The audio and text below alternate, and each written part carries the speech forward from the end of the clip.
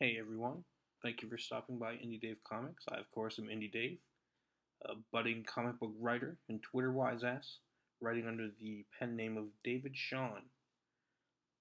When I first started wanting to write a comic book script about a year ago, the first thing I did was I went online and found a few different comic book scripts just to see their layout and how other writers did it.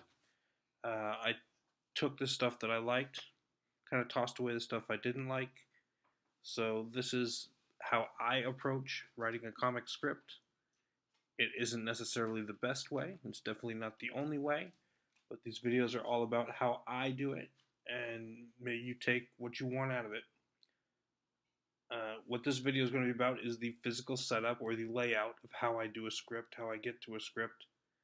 Uh, to get to the point where you're ready to write a script, go back to the first video and it'll talk about outlines and all that other stuff and get you to this point. Later videos, I might talk about the philosophical aspect, sort of how I write a story. The next video is going to be, I'll show you an actual page of my script, one of the scripts that I've written with basically an unfinished page by the artist, and you can see how the script translates into the art. But for this one, this video is more about people who are new to script writing. I think that's probably who's going to get the most benefit out of it. And the idea is really to make it less complicated for someone who's never done it before and thinks that it's this big complicated thing. We're going to try to break it down simply. There's a lot of steps, maybe some stuff you don't think you had to think about before, but really it's not as difficult as it seems. With that, we're going to go ahead to the next, describing what exactly is in a script. The first thing in a script, and probably arguably one of the most important things, is the panel descriptions. Then you're going to have captions. These are all the things I put in order when I'm laying out my script. Next, you're going to have sound effects. And the last thing in the script, of course, is dialogue. We're going to cover each one of these different things individually. And the first thing we're going to just go over is panel descriptions. Next, we're going to do a little bit of page setup.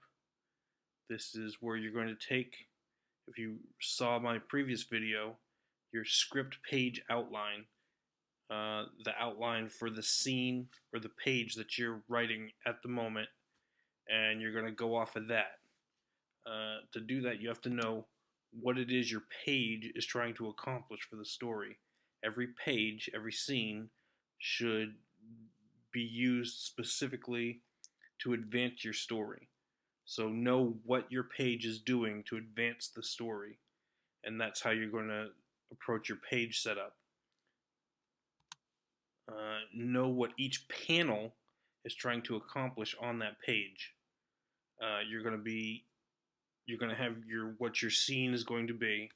You're going to have your beginning and your conclusion, and you're going to have each panel is going to be like a path that leads from the beginning of the page or the beginning of the scene to the end of the scene. You're going to find your beats. This is kind of a little more difficult to describe, but it's basically a story arc goes a certain way. I encourage you to Google the hero's journey, which is basically a setup for a hero story arc. There's a lot of different points in it. Those points would be your beat. You can use all of them, you can use some of them. It's really up to you and your particular style and what story it is you're telling. Generally speaking, you're going to have a problem, a conflict, and a resolution.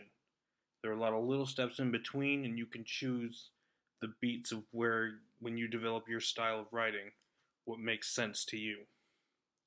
And finally, if you have to, write it backwards.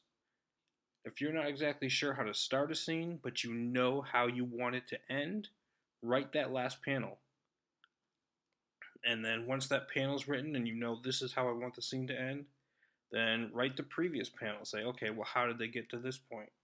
So you're going to write that panel. And then, well, how did we get to this point? And then you can essentially write your scene backwards. And you can fix it later after your draft to make it make more sense. All right.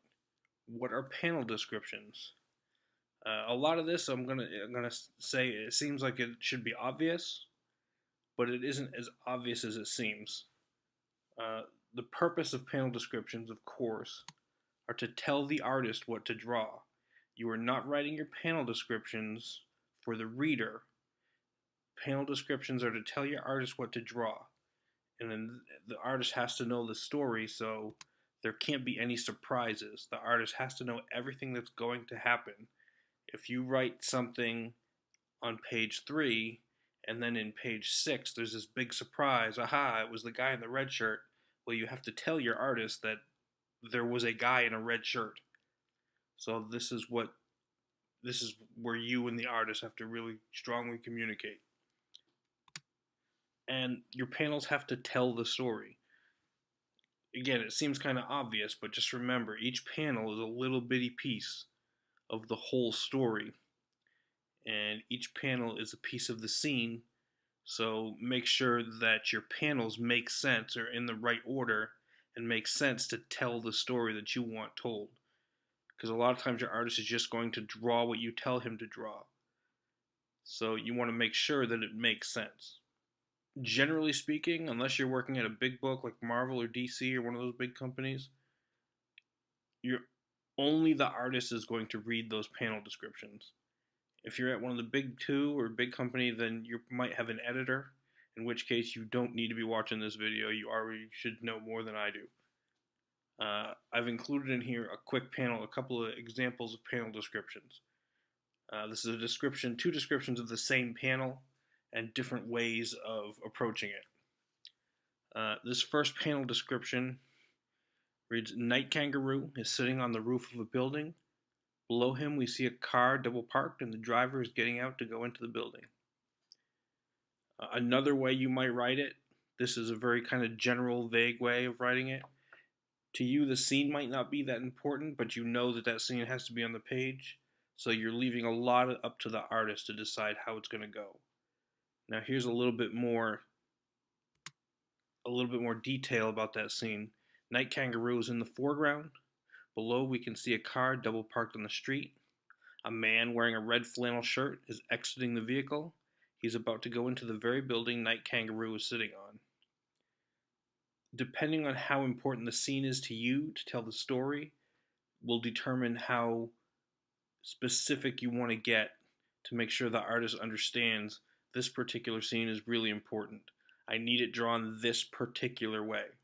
Because a lot of times, it's just dialogue between two characters, and I call it kind of a throwaway scene. It's still important.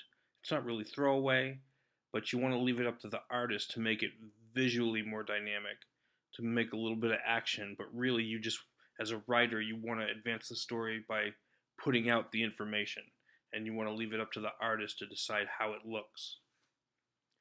All right, the next part of a script page is the caption. The purpose of the captions generally are time and location. You want it to say, this is the city, such and such a time on this certain date, or back alley, 2 in the morning, something along those lines. That's your time, location, purpose for your captions. Also, you can set the scene or do narrative exposition. This is where the caption basically explains what's going on in the story. You start your story, it is the year 2045, and the robots have taken over, and resistance has grown up to fight the robots. Basically, that's going to give you your story exposition, and you might continue it down the page. Some stories have a lot of exposition that way. Some stories leave it a lot up to the dialogue to do that. Dialogue and action. All right, you're also going to have some carryover dialogue. An example of this would be like Batman is on an investigation and he's talking to Alfred, and he's like, well, Robin's been gone for a few hours, and then it would cut to the next panel, and it shows Robin all tied up in a chair, and the Joker's about to put a drill through his head, and the panel might have your ellipses, and in quotes it'll say, I hope he's okay, and we see that he's not okay. So that would be carryover dialogue. And also, captions might have something else that I may have missed because I'm not the leading expert on these things.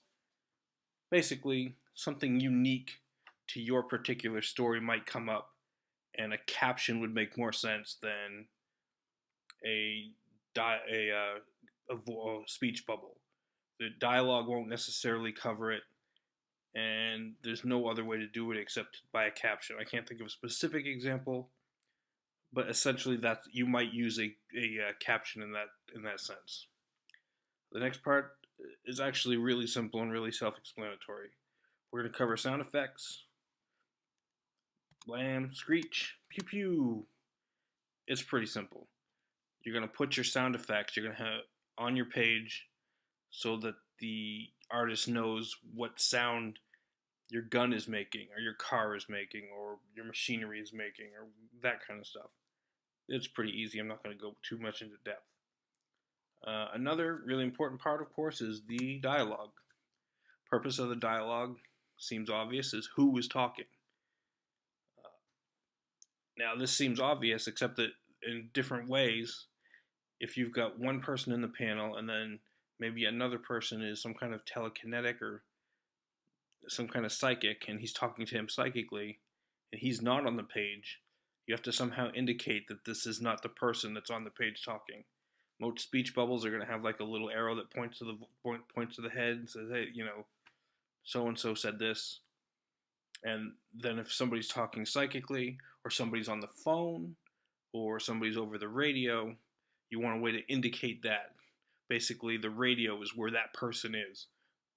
And that's what you're trying to indicate with the dialogue boxes and speech bubbles and that kind of stuff. So you want who is talking, what they're saying, that's pretty self-explanatory. Where they're saying it from, are they saying it from the radio? Are they behind a closed door, or are they, wherever they're at? This is mostly direction for your letterer. Your letterer is going to have to know there are all kinds of different terms. If you go to a website called Blambot, it has a really good list of definitions and different ways that dialogue is used, and the different terms that they use for different kind of speech bubbles. This is the lecture. This is, if you're lettering, then it's good to note this in so that you know how you want things laid out on the page when it's all lettered and set up. All right, we're going to go into now the basic setup, what a page looks like, a page of script looks like. I threw this one together real quick. This continues the story of Night Kangaroo that we started in the last video.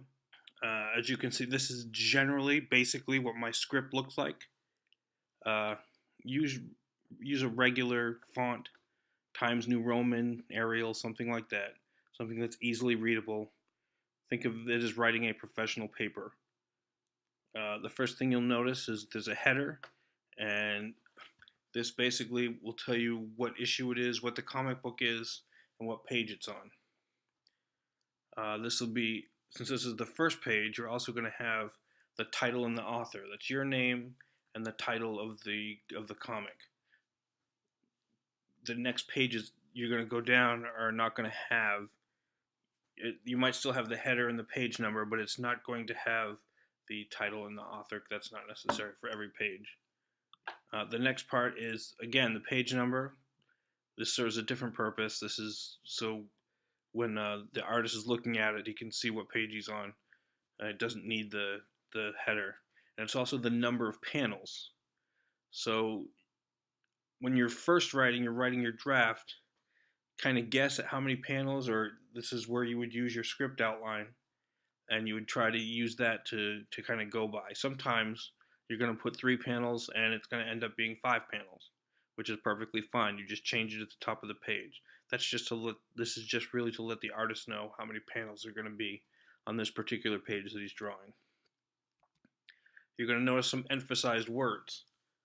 In the caption, you can see it here, where it says crime in progress. What you're doing is you're kind of leading the reader, letting them know what's important, and this is part of your beats. This is a small part of kind of emphasizing certain parts, so it puts almost a hint in the reader's mind of what the important parts to latch onto in the page. And then you'll see that the speaker in this particular case is off panel. The OP, that indicates that the speaker is off panel. So you'll see Night Kangaroo, he says something in the previous panel, and then the action happens in this panel, and the owner of the vehicle isn't in the panel. He just sees what's happening, and this is how he would indicate. It says off panel. If he's on the phone, you might say off panel phone, off panel radio, off panel behind the door. This is where you would indicate where the speaker is. If the speaker is right in front of you, there's no reason to do any of that. So that is basically how I lay out my script. If you have any questions, feel free to ask in the comment section. Check me out at Indie Dave Comics on Twitter. Like and subscribe this video. If you want to see more of these kind of videos, just let me know. Hit me up on Twitter. DM me if you have any questions. Maybe you have some suggestions. Somebody who's definitely more experienced than me. I'm always, willing to learn. I always like to learn new stuff. I'm hoping that, like I said, as someone who's getting into it, who's never done it before, who's found this kind of daunting, that maybe this will break it down real easy and kind of eliminate that mystery of script writing. Again, I'm David Sean. Like and subscribe this page. Check me out on Twitter, and y'all have a good night. Please hang up and try again.